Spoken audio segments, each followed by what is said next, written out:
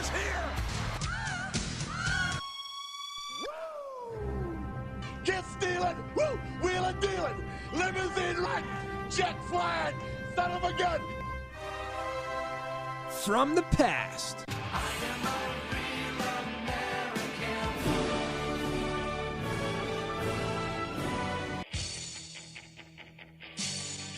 To the present.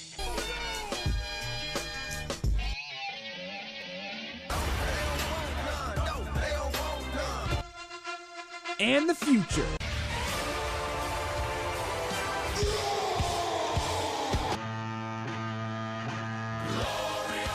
I sentence you to deletion! You are listening to Penn State's only WWE talk show, Marking Out with Jason Marcus, Ryan Simpson, and Matt Freiler. Hello, ladies and gentlemen, and welcome to another edition of Marking Out on Com Radio. We are Penn State's only professional wrestling exclusive podcast. I'm your host, Jason Marcus, alongside me, Matt Freiler and Ryan Simpson. We are off the heels of Crown Jewel and firmly on the road to Survivor Series. Matt, how are you doing today? Doing pretty good, Jason. Excited that we're done with Crown Jewel and back to the kind of normal pay-per-views. What a joke. Yeah, I mean, we have a whole podcast to talk about how Crown Jewel went, but first I got to say hi to Ryan Simpson. Ryan, how are you today? Thanks for joining us. I'm doing great, Jason. Like Matt said, I'm glad Crown Jewel's done and over with, and we're going back to the Big Four and almost WrestleMania season. Slowly approaching us. It's crazy to me because WrestleMania comes and goes, and every year you're like, oh, it's such a long time away, but it always creeps up on you so fast. We're definitely, as we approached end of November, we are slowly but surely on the road to the Rumble, which, of course, is the start of the WrestleMania season. So it's an exciting time to be a wrestling fan right now, but a lot going on. And the first thing that we absolutely have to talk about here is Crown Jewel. I know the WWE kind of wants to put this in the past for a lot of reasons, I would say. But the first match I want to talk about here, we're going to talk about the World Cup because this was like the biggest thing other than the main event. This was like the big selling point to the Crown Jewel pay-per-view. I guess it was their takeoff of like the International Soccer World Cup. They're international. I guess they should do a World Cup for this too. And it was just a mess, guys. We gave our predictions on the show last week, and we were nowhere close. I did pretty well, Hey, but wait a second. I sat here last Wednesday and I did say, if this has any chance at being an actual bracket where things go the right way, I'll be surprised. And look, that's true. It's just what happens in WWE, and this time I was a little confused because it's not like it was a plan. Like, we'll get into that, but The Miz just went down. It looked like it could have been something where, yeah, it probably was a work, but the way that he went down, it looked like it hurt. Like, it actually looked like his shin got banged up pretty good. Yeah, it was very confusing, and we'll talk in depth more about the final match here. But it was hard to tell whether or not it was just shoot or it was scripted. But with the WWE, I always kind of lean towards more of the scripted angle. But nonetheless, the very first match we had of the night was the quarterfinal match for the World Cup: Rey Mysterio versus Randy Orton. A quick match here, two of the greatest of all time. Rey Mysterio gets an easy win here with a roll-up, but after the match is really what the biggest thing that happened here. Randy Orton attacks Rey Mysterio, which was, I think, expected because Randy Orton, like I said, is on a pretty good heel run right now. But I was surprised because I assumed that his attacking of Rey Mysterio meant that Rey was not going to be in the semifinals match. That was kind of the way of writing him off, and they were going to input somebody there. But that's not what we got. So what did you think about this match, Matt? I was surprised because I think me and Ryan agreed last Wednesday that Randy Orton was going to make a deep run into this tournament just because he was doing some great heel work right now. And to have Rey come in and get a win here surprised me. And you had to have the attack then because you can't weaken Randy in the middle of his heel run like this. So you have the attack, and right now we're kind of up in the air. You know, do we have Randy and Jeff in a rivalry still, or are we now moving on to Rey Mysterio? You know, or is this going to be a triple threat kind of thing? There's no title in this picture right now. Should they move the U.S. title to this picture? Probably. That'd probably be a good start. All Rey Mysterio is going to want to do from now until WrestleMania is get a shot at that WWE Championship, which right. we'll see him in the picture. If he's good enough to win it, who knows yet. But, yeah, who knows what they're doing. Randy was involved with Jeff, now beating up on Ray. We'll see what they do here. But this match, not that exciting. No. Nothing too great about it. And I don't think it really was supposed to be an all-time great match. I think you had two world-class in-ring performers, both super popular, well-known names, pop the crowd to start the show. So I agree with it being the start of the match. But moving forward, we had the next match, quarterfinals. It was between The Miz and Jeff Hardy. Miz gets a rare, clean win here, which I agree with. I think The Miz is fantastic. Anything notable that you feel like when you talk about in this match? I feel like it was pretty straightforward.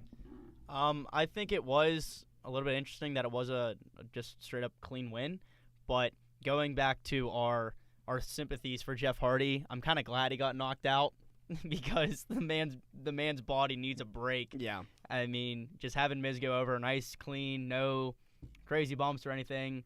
Good for Jeff.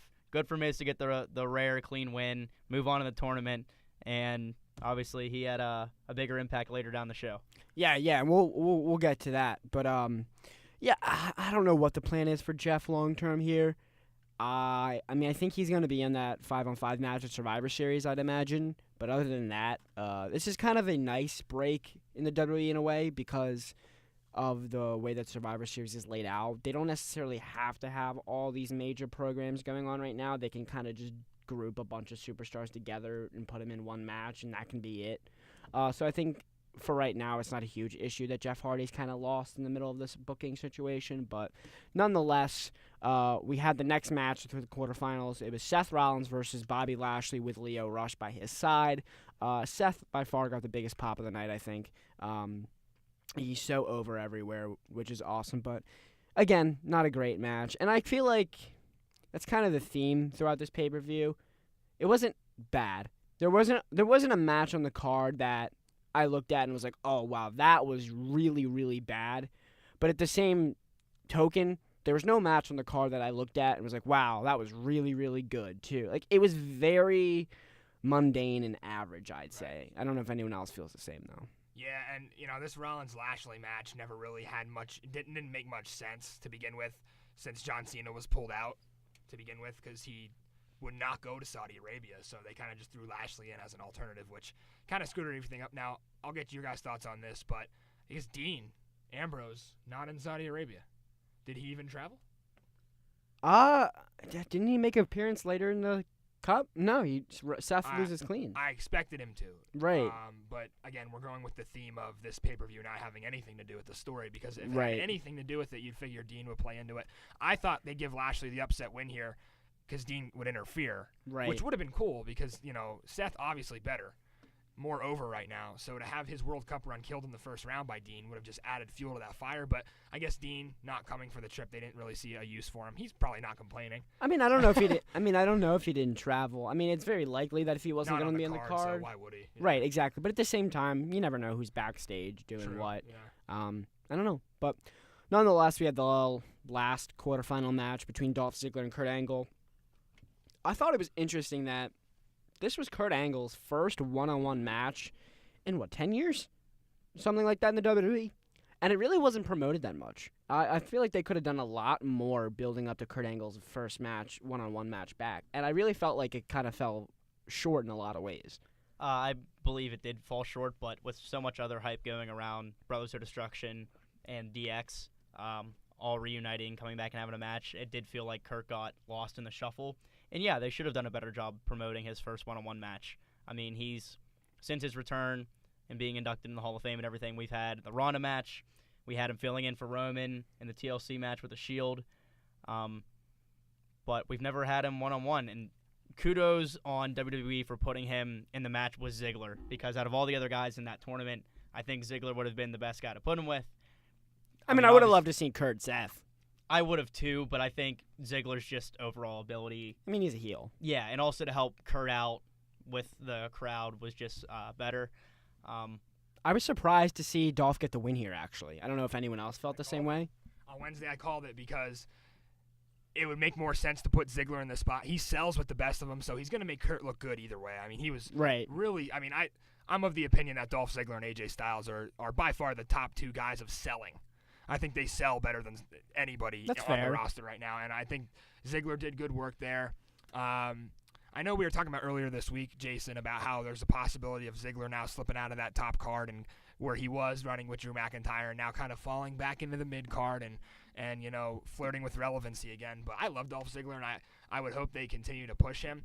But yeah, I mean, I thought if you were going to have Shane McMahon involved in this thing at the end, then it would make sense to put Kurt in the final because then you have Raw versus SmackDown. But again, this show made no sense. No. From a weekly television standpoint at all. And this is my perspective on it too. It's well documented. The reason this show is going on is not because anybody wants to be there. It's because they're getting paid to be there. Correct. They're getting paid way too much money, and you have to think about it from the audience that's paying to see it. Yeah, we're super fans, and we could sit here till the cows come home and talk about how it doesn't make any sense. But from the fans in the Saudi Arabia's perspective, who clearly aren't following the product because they won Yokozuna last time, right? They don't care about the stories. They care about the characters. So I think I can understand their perspective why they're just putting people in random matches to appease the Saudi royalty because that's who they know. They don't really care about continuity. They care about the one show. Who are they going to put on that one show that's going to be recognizable to the people there? So it's frustrating to us, but I get it. But yeah, I would have liked to see a different result. Mm-hmm. Yeah, I mean, if you want to go farther on down here, we had in the semifinals then The Miz beat Ray, again, kind of a dirty win, heel tactics, better match, I would say, than any of the original first-round matches. I actually really love this booking because, one, I think Miz deserves to move on because he's the best heel. I think he's the best heel in the company. And it also protects Ray because it wasn't like a clean win. It was like Ray was going to win and Miz just, I got him this time. So I really like this match. I think it was the right decision as far as the winner, and I think it was the right decision for a finish as well. So kudos to the WWE. You got that one right. Yeah, I would agree. And then obviously opposite semifinal, Dolph beats Seth. These two have worked so well together. So much. ever since they started. I know we've seen it so many times now, but if you're going to put a match in Saudi Arabia and you want to kind of please your fans that are watching every week and please Saudi Arabia because you give them a great in-ring match, this was the right pairing. And I mentioned on Wednesday, I didn't think either of these guys would win in the first round. I was actually going Lashley and Angle. Right. But since they did, it actually worked out a little better, and it ended up being probably the best match in the World Cup. I mean, when these two get in the ring, it's just electric. I thought it was so surprising that Dolph went over here. I thought for sure Rollins was going over to set up that face-heel final, and then that would allow for Dean to come in. But Dean didn't even play into it. And then we got Dolph gets the win here, clean, I think. And then Drew McIntyre, I think, had something to do with it. Yeah, I mean, Drew was Drew was there. He get up. But nonetheless, we had a heel final, and that's not usually something you see in the WWE. I agree, and going back to what you were just saying, Matt, I thought that Drew would have played into it somehow. Maybe Drew turns on Dolph right there. Dolph says, hey, what are you doing? Drew says, I don't need you anymore. You get the true heel turn from Drew. You get the face turn, the sympathetic look on top of Dolph, and then you have Dolph maybe go over and beat Miz, and then Dolph has like this third rebirthing and kind of getting another mini push at this event that nobody's going to remember in a couple years. But I don't know. And then on to the lovely, lovely finals. Yeah, so we've talked about it a little bit, so sorry if we spoiled it for you. But nonetheless, we had the World Cup Finals match. It was between The Miz and Dolph Ziggler. Starts out very, very strange. Baron Corbin comes out to present the greatest in the world. Oh, no, I'm getting my matches mixed up here. So this is Miz Ziggler. Corbin was involved. He tried to get involved in the match. They kicked him out. He wanted a chance at the final. Right. But in typical Baron Corbin fashion, got booed. Yeah. And got thrown out. But I think the main storyline here is that we had The Miz and Dolph Ziggler. That was actually really cool. I mean, I don't know if you guys remember, there was actually a story that I read that was hilarious, and this has nothing to do with this match, but it goes to The Miz and Dolph Ziggler's friendship and why I've wanted to see them in a ring together now for such a long time since they've been separated on different brands. There was actually a story that when The Miz and Maurice were like first together, the Maurice actually sent a picture to Dolph Ziggler that was meant for The Miz, if you know what I mean. I know this And story. the locker room, I mean, Dolph obviously was like backstage, everybody knows. Right. And The Miz got grilled, and it was just such a funny thing because they were such close friends, and it was like, wow, you got clowned. To see these two together again, I think their characters are so similar. Oh, they are. They really are. And to have them in the final, you almost knew neither of them was going over here. I mean, they're both from Cleveland, too. Right. Their characters are so similar, and I've always wanted to see how they kind of interact in the wrestling world because they interact so well together backstage and on Ride Along and things like that. They're actually a pair that I'm surprised were never put together. Exactly. And maybe it's because, like, the creative team sees them as, like, so similar that they can just use either character. But it's kind of interesting to see that match because like, neither of them are going to win. But the way it happened, I think The Miz actually might have got a little banged up. That looked painful. So let's get to the big story here. So Miz and Ziggler are in the finals of this World Cup. It starts off by The Miz attacking Ziggler from behind, throws him out of the ring, and then it looks like Miz lands wrong on his like right foot or something. Yes. Says he like hard to pop or something, and either way, Miz it looks hurt and it looks like this is a shoot. Absolutely. Everyone looks super confused, like on ringside. Both Miz and Dolph, they don't know what to do. Miz tries to compete, and it just falls down. And viewing at home, like I said earlier, it was very hard to tell whether or not this was real or if this was a work. And basically how this ends up is the referee attempts to make the decision that Dolph wins because Miz can't compete. But before Greg Hamilton can announce that, Shane McMahon, who's standing out ringside because he has to be, because he's the face of SmackDown, I guess. He says, no, the match is going to continue. If Miz can't fight, I'm going to fight for the Miz on behalf of Team SmackDown. So now, after not competing the entire tournament, the man, Shane McMahon, I guess, has the authority to just insert himself into the finals, which kind of feels a little unfair to me. And he takes on Dolph for the best in the world. And what do you know?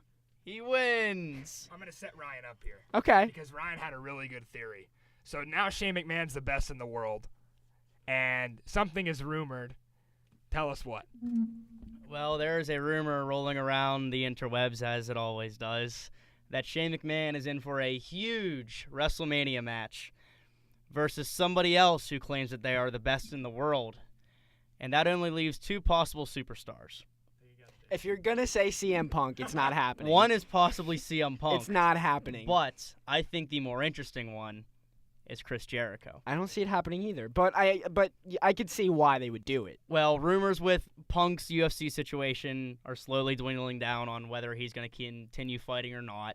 And obviously there's rumors swirling around about where Jericho's going to go next with all this talk about his next New Japan match and him being on Twitter saying, you can't tell me to fight that guy. I don't want to fight that guy. Who gives you the authority to?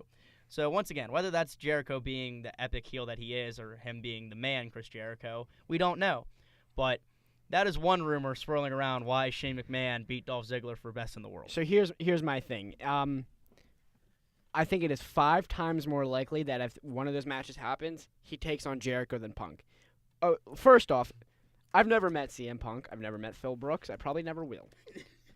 But after everything I've read about him, I get the feeling that Phil Brooks, the person, is far too prideful to come crawling back to the WWE for a main event match with Shane McMahon. That goes against everything he's ever said. He wants the top spot. He hates the McMahons. Why would he agree to this? For the money? Like, I was just you talked about it all last week.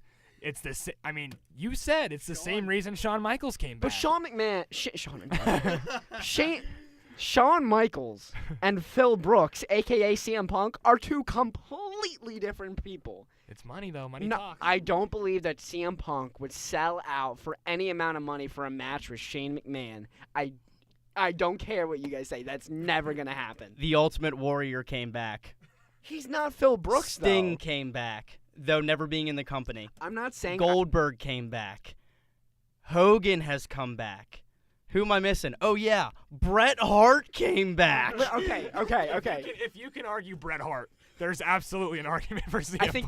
I think you're missing my point, though. My point is not that I don't think that CM Punk will be back in the WWE. I do. I 100% agree. Okay. At some point, CM Punk is coming back to the Not WWE, for this match. but not for a match with Shane McMahon in the mid-card of WrestleMania. That just doesn't make any sense to me. It doesn't make sense, but he would get A, massive pop, B, get pushed to the moon again, hopefully, just being a fan of his work and everything, and C, everybody would be ecstatic in, just the general sports world, because when it was the summer of Punk, you had people who hadn't tuned in for years tuning back in because he was such a controversial character. Oh, 100%. I mean, if this match happened, it'd make a lot of sense for people to tune in, but it's not going to happen. I don't think it would happen either, but that's just, once again, fortune telling. Going on to Jericho, and this relates a little bit too, I don't think that match is particularly likely either, because it was just announced this week that Jericho's defending the IWGP Intercontinental Championship at Wrestle Kingdom 13 against Tetsuya Naito. So, but on He Twitter, can do both, I think.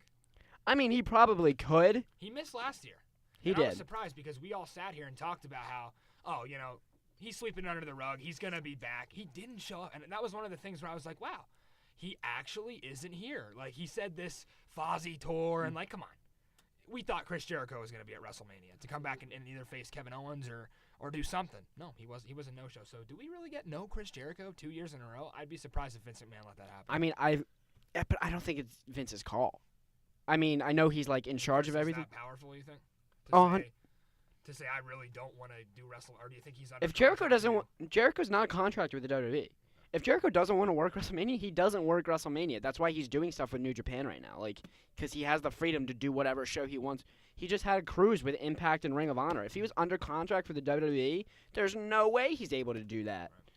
But when Jericho left to initially do all of these things, I'm pretty sure I remember reading a story about how much Vince McMahon loves all of Jericho's work over New Japan and how much of a fan he is of it. So I wouldn't be surprised if Vince is letting this happen just on the sheer entertainment of his own self, saying, "Oh, hey, yeah, go get your name out there, and then when you come back to me, you'll have more fans watching my product."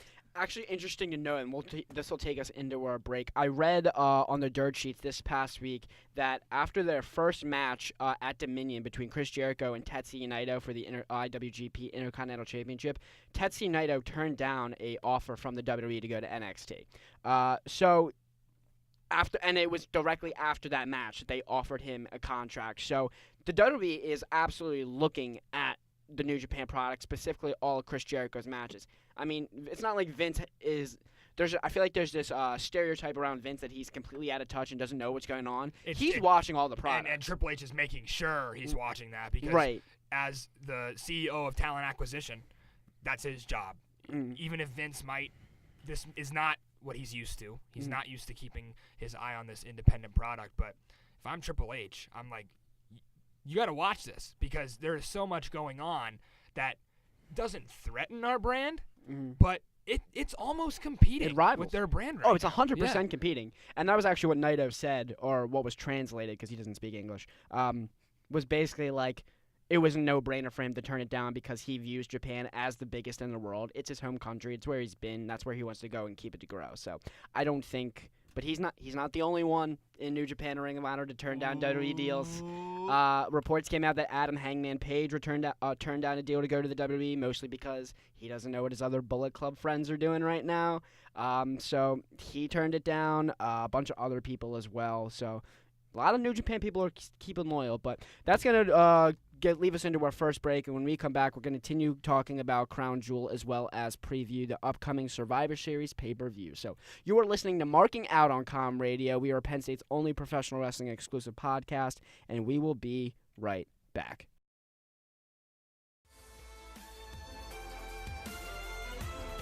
Now back to Com Radio's only WWE talk show, Marking Out with Jason Marcus and Matt Freiler.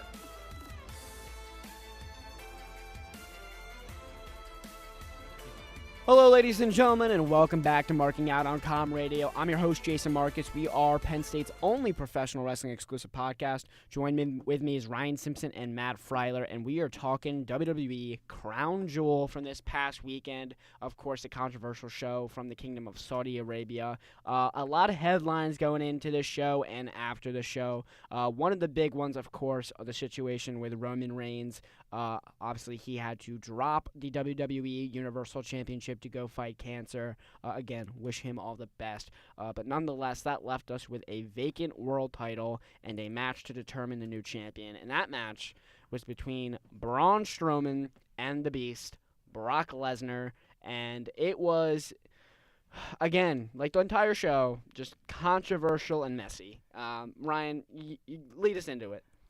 I was just out of my mind upset with how this match went on. I agree. From the jump, you have Brock deliver an F5, and you have Braun kick out. Well, before that, though.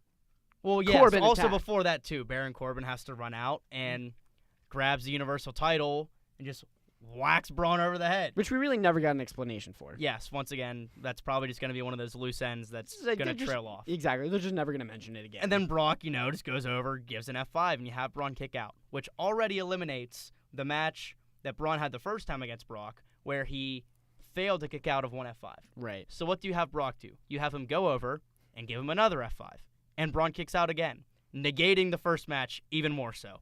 And then he does another F5, and another one, and Braun's just like kicking out, and eventually a final F5 was given. Brock pins Braun Strowman, and Brock Lesnar is our Universal Champion once more. Now, looking to the future, because we're stuck with Lesnar again, the rumors are swirling that Brock Lesnar will be around until WrestleMania, and he will drop the belt at WrestleMania, which I think is the best call, because we all know WrestleMania is the end of the calendar wrestling year, and the next night on Raw starts the new. So I think having Brock win, as I predicted, is the smartest call, because then hopefully Brock can go away to UFC, lose to Daniel Cormier, hopefully, big DC guy, he loves WWE, he's talking mad trash to Brock, huge fan of that, but hopefully Brock drops the belt to Braun, Drew McIntyre, somebody at WrestleMania, and we don't see Brock Lesnar in WWE ever again. I mean, he'll come back at some point. But yeah, I mean, Matt, what do you have to say about this? I want to make things interesting here. I disagree with something that you said. If Brock holds this Universal title to WrestleMania 35, I will retire my seat in this show. There is no To be fair, chance. aren't you going to be graduated? That might be our last show. No, that'll be a month of shows that I won't be Yeah. able to go on through Oh, May. wow. Simpson doing it alone? Yeah, he'll have to. There is not a chance that he holds that belt until WrestleMania. It's going to be at the Rumble. Come on, you know it's going to be at the Rumble. I hope it's at the Rumble. There is no way. I tend to agree with you on this one, Matt. And, Come and I'll on. tell you why. So, again, I know this is kind of spoiling it, but, like, there were rumors that Brock only has 2 matches left on his contract. Or he signed a new contract extension for 2 more matches. One of them's against AJ Styles at Survivor Series. The next one is presumably the last one where he drops the Which title. we'll get into it, but he's gonna lose. Disagree. I don't know. But We'll get into that. the reason I think that last match isn't one, that's a 6-month span without a world title match, which is a lot. But if he's only got 1 more match after that, he's eligible to fight for the UFC come January. Right. I have a hard time believing that Brock is either A, not going to wait 3 months after he's eligible to fight Cormier, or 4 months after WrestleMania, or even worse, fight in the UFC as the Universal Champion. I don't see either of those things happening. I think it's the most likely scenario that he drops the belt at the Royal Rumble pay-per-view to whoever, set up their main event for WrestleMania, and then that month he will go fight Daniel Cormier. Yeah. And kind of trailing back, I did say that, Brock was going to win the belt here because it would kind of weaken Braun's character to give it to him, considering you would just have it because Roman left. But the way they did it threw me off. So here's my thing, though, and congratulations to you guys. You guys called it. I didn't think they were going to put it on Brock. But the reason you guys had said that you didn't think they were going to put the world title on Brock, and you just said it, is because you thought this was going to weaken Braun's character to put the title on him. I don't see how this made his character any stronger by not putting the title on him. Well, it's because the way they did it. If they would have done this the right way, gave Braun some offense, and maybe a count out or something. I mean, make this thing an instant classic where like Brock's going through a table. We saw nothing. This was a total flop. Yeah, no, I thought this was absolutely detrimental. This almost weakened his character more than it would have just put the title on him. That have people say, "Oh, you're just a Universal Champ because Roman Reigns has leukemia." But at the same time, some people would say that, but I think the casual fan would have just been like, "You just beat Brock Lesnar. That's awesome. He's only been beaten so many times in 5 years." I mean, I personally still think the right call would have just put the title on Braun there. Yeah, but they know that Braun doesn't need that strap to be the top weekly guy. And what I would say is that by putting the title on Lesnar here, you have time to figure it out because, again, nobody expected what happened with Roman Reigns. He was supposed to be the guy up until WrestleMania 35 to hold this belt. Past that, I think. Yeah. So what do? You completely scrap everything, and you have 2 months to figure this thing out.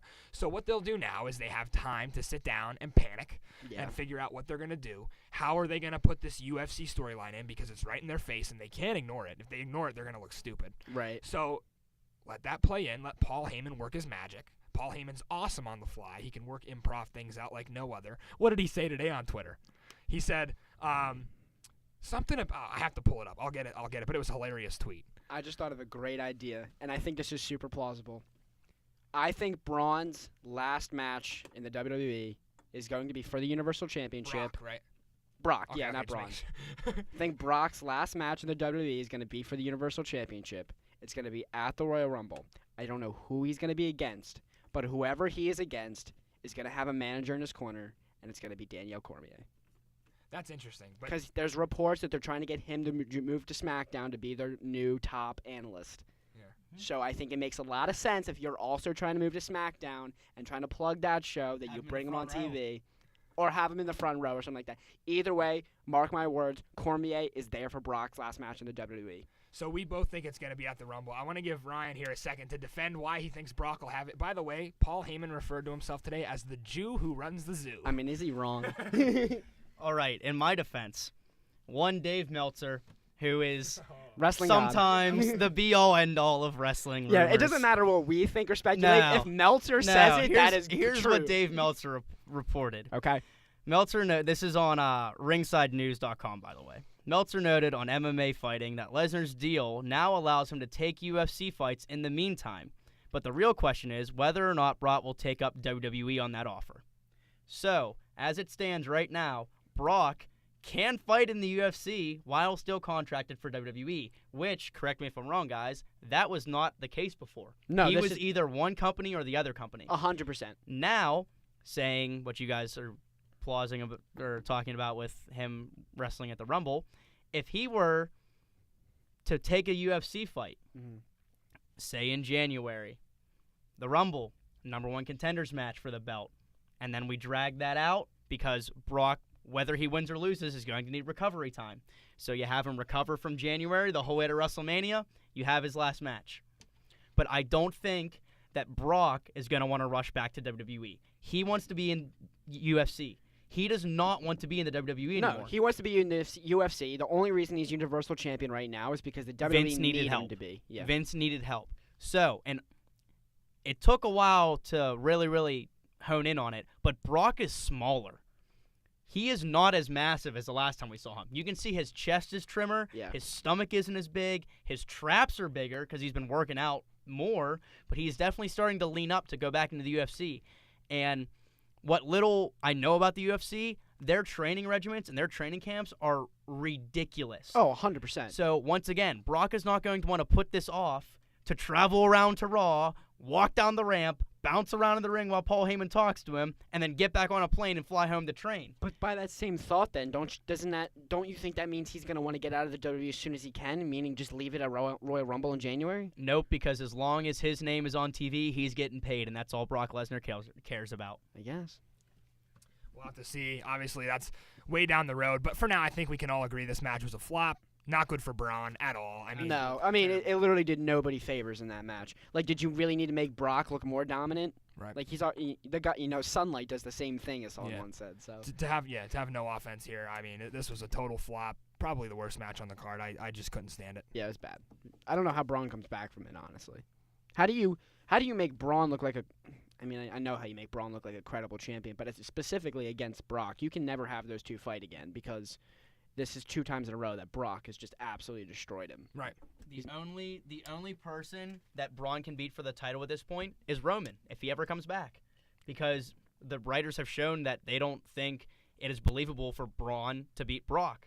Right. It's happened on 2 occasions. So the only person that they think Braun could legitimately beat for the title is Roman. So you're saying, and how are you going to work yourself into that corner? So are you saying if health doesn't permit him to ever come back, you don't think Braun will ever win a world title? I think it'll take somebody else, not named Brock Lesnar or Roman Reigns, for him to beat. Which, once again, what does that do to his character? Are you saying that Braun legitimately isn't stronger than Brock Lesnar or Roman? It's going to take somebody like Jinder Mahal or some transitional champion for Braun to be champion? No, that's terrible. I'll put this out there. I don't think Braun Strowman ever wins a world championship as a babyface. I see him wearing it as a heel, but not as a babyface. Yeah, and they were teasing a faction with, like, putting him with Ziggler and McIntyre, but, yeah, I mean, I would even say right now, Drew McIntyre has a better chance sooner at being a world champion I 100% than Braun agree. Strowman. Yep. I mean, that's just the fact. I mean, there's no way right now that I see in the future, I agree, Ryan, that Braun Strowman fits into the Universal title. No. I mean, I think he's going to be in a couple main event matches just because they are so shallow right now on baby faces. If realistically, go through the Raw roster right now and name your top baby faces. It's Braun, Seth, and who? Not Dean anymore. Not Dean. And if Braun is Kurt Angle. and Kurt, yeah, like and if Braun is allegedly hurt, which yet to be confirmed, but if that's the case and he's got to take time off, man. What do you do? And they're desperate, so they're trying to turn Elias face at this point. Right, and they have. I mean, Yeah. I think he's officially face now. Yeah, but which is weird. I don't see Elias as a future WWE champion. I don't know if anyone else does. I think he's too much of a gimmick. Yeah. I mean, I guess you could say I could have said that about the Undertaker 30 years ago. And that it kind of sucks because you don't want to overlook Elias's in-ring ability. Like, he's looked really Right. strong in some of these matches. He's a great mid-card champion. They've kind of steered away from him having any chance in the ring because he never really wrestles. I think the biggest problem with the WWE right now, well, on Raw anyway, is that they need to find a way to get the Intercontinental title off Seth. I was just about to say that. I think before they officially turned Elias face, you needed Seth to drop that belt somehow, and you have Elias take that belt officially a face. Seth needs to be in the world title Seth picture. needs to be in the Universal title picture, and I think as of right now on Raw, the only 2 people that I would be okay with being my IC champion are Drew McIntyre and Elias. I think McIntyre's more slated for the main event at this point. I'm more worried about Dolph Ziggler getting lost in the shuffle. He needs to be in that mid-card top, because he's not a credible world champion to me anymore. Completely okay with that too. But I just think before they officially pulled the trigger with Elias, they should have had Seth drop that belt somehow, because how is he I don't want another Warrior Hogan situation where it's IC champion and WWE champion in the same storyline. Right. I mean, we just had this possible stable with Strowman and McIntyre and Ziggler, and then Roman and Seth being on different sides, and that was our main event picture. Both belts were being consumed by one storyline, and we weren't getting to see the titles defended every night because they were always in the same segment. But there's just so much to talk about. And we could go on for hours talking about all this stuff, but we're going to take a quick last break here. But when we come back, we're going to talk about the main event of Crown Jewel, Brothers of Destruction versus DX, as well as give you a quick recap as to all the matches confirmed for Survivor Series in a couple weeks. So you were listening to Marking Out on Com Radio. We are Penn State's only professional wrestling exclusive podcast, and we will be right back.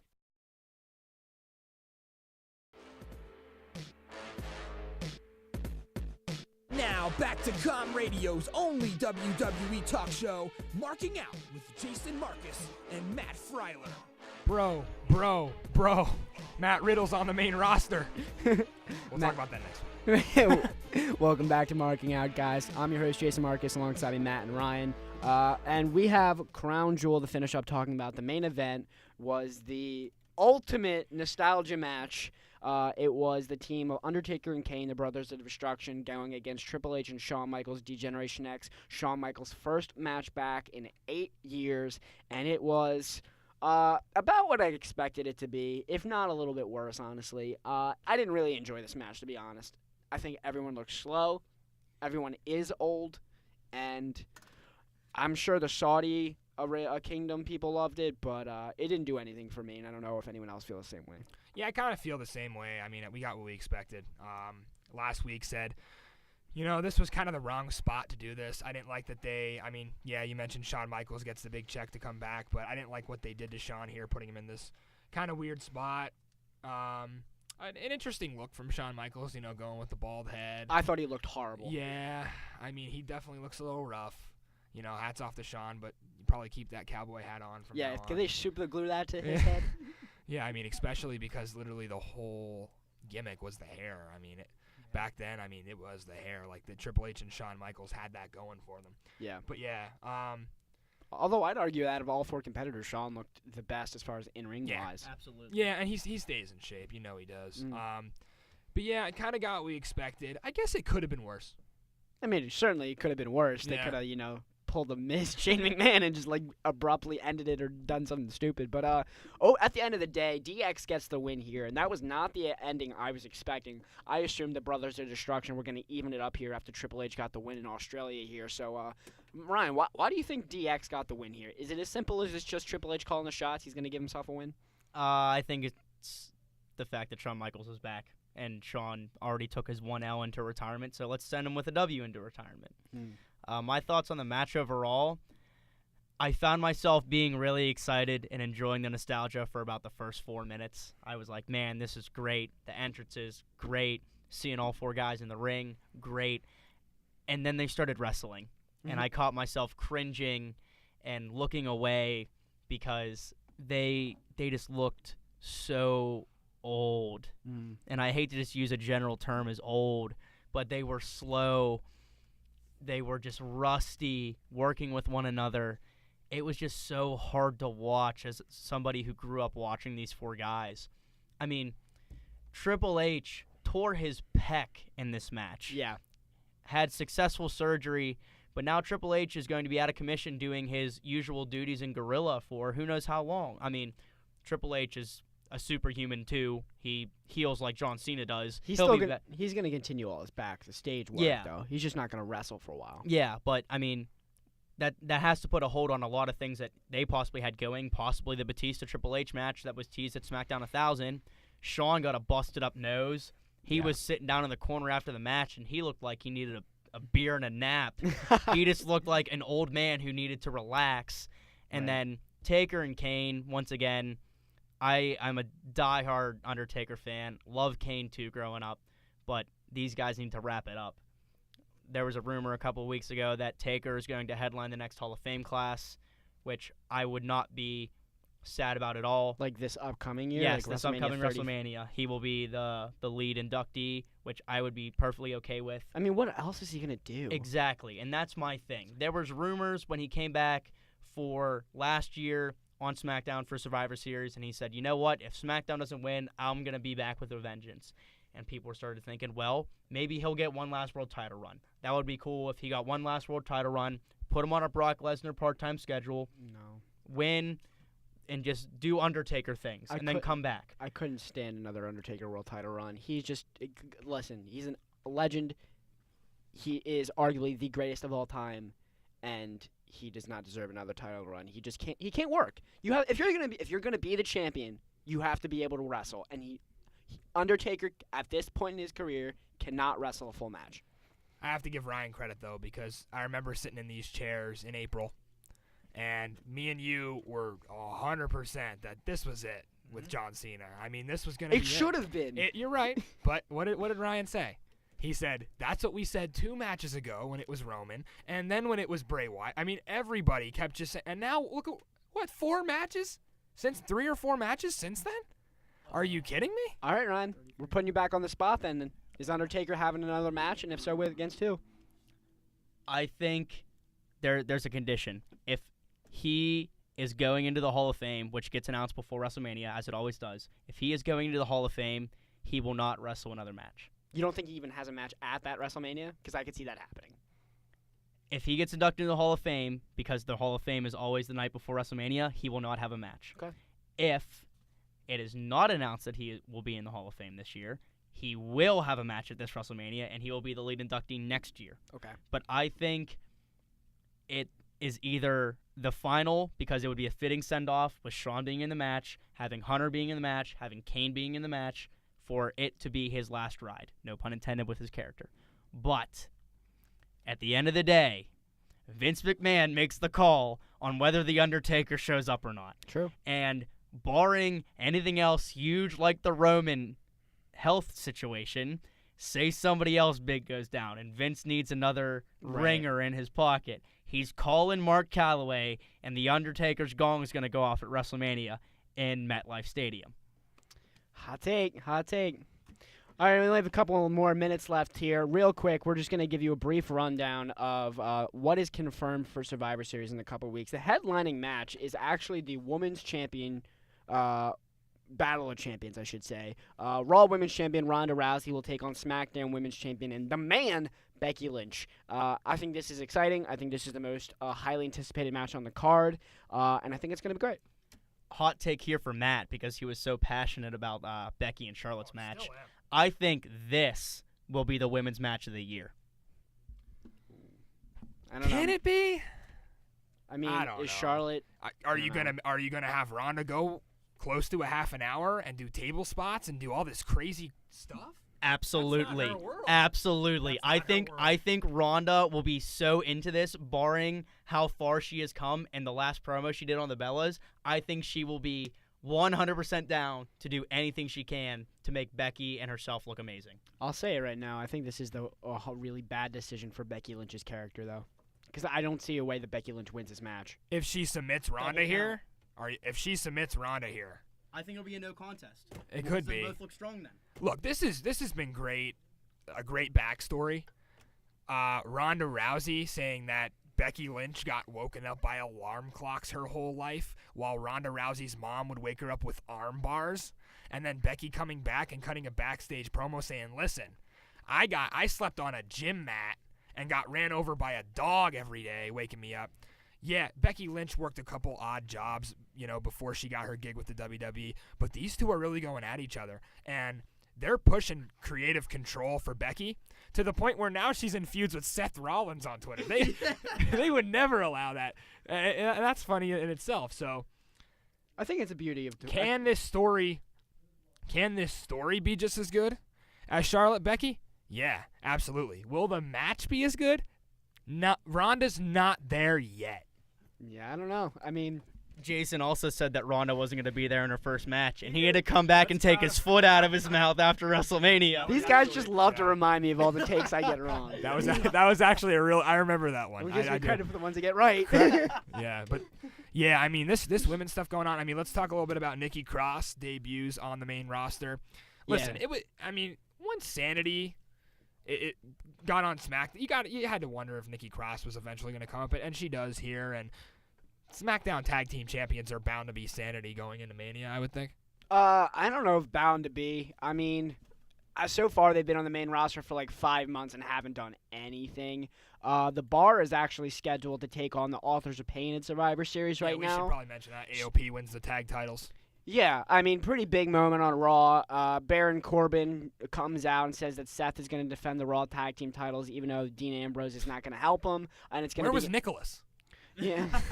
Where's Nicholas when you need him? And he loses in a 2-on-1 handicap match to the Authors of Pain here. So I like that move. I think AOP desperately needed the titles because without them, they were not going to have a spot on the card. Seth is bound to do bigger and better things. Along with Seth Rollins, he's also going to take on Shinsuke Nakamura, which will be Shinsuke's first match in 6 months, it feels like. And You wrestled that Crown Jewel, don't forget. on the kickoff show, and I didn't even watch it. So, yeah, I mean, that's an exciting match. It's fresh. It's new.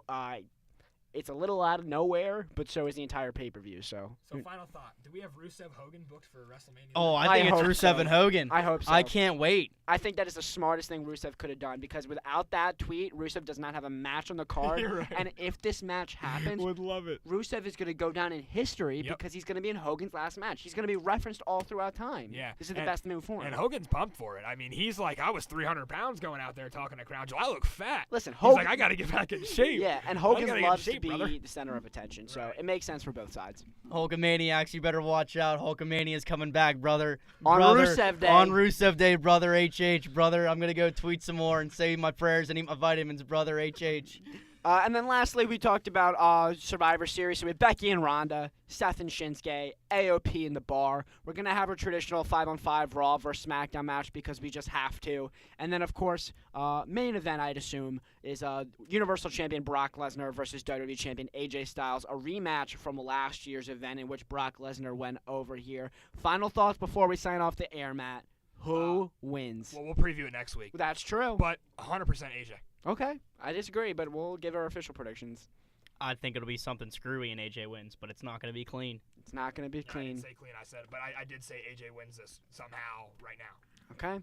Well, that's going to do it for this episode of Marking Out. We'll join us again next week here Wednesday at 7 p.m. where we will give our official predictions for Survivor Series as well as recap everything going on in the week of professional wrestling. Thank you guys so much for listening, and we will be back next week. Take care, everyone, and bye-bye.